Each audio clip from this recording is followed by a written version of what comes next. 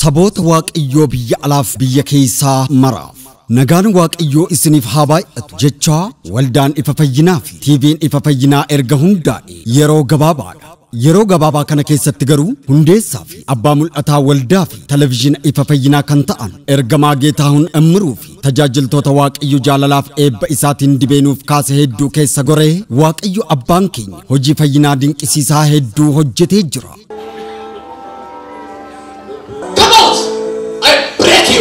In Jesus' mighty name. Go! Ade.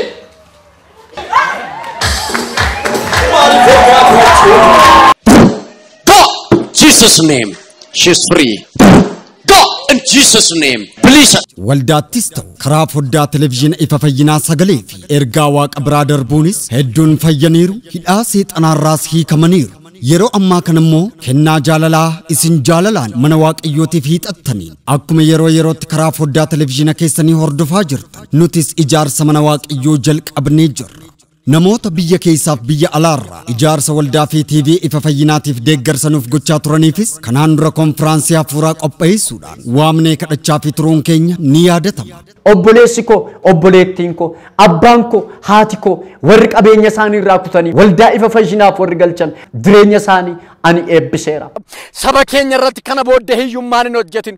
Hiyyummaa saba koo irraa xarageera. Amma garuu haala yeroon wal qabatee konfiraansii gochuu waan hin dandeenyeef gaafa caamsaa 30 ji'a 9ffaa bara 2012 galgala keessaa sa'a 2 eegallee karaa TV ifa fayyinaa kallattiidhaan waan kadhannuuf isinis guyyaa kana amantii guutuudhaan laphee keessan bantanii eebba waaqarraa fudhachuudhaaf karaa foddaa televizyina keessanii nu hordofaa isiniin jechaa hanga guyyaa sanaattis ijaarsa mana Waaqayyoo jalqabame kana saffisiisuudhaaf deeggarsi keessan akka nu jalaa hin dhaabbanne maqaa Waaqayyoon isin gaafanna.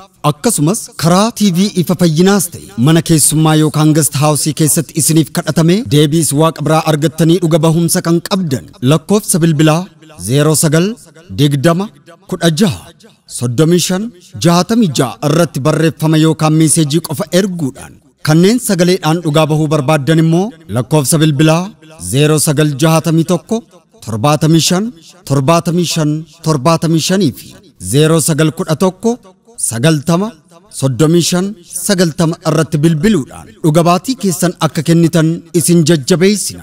Waldaa ifa fayyinaa addunyaa TV ifa fayyinaa waliin ta'uudhaan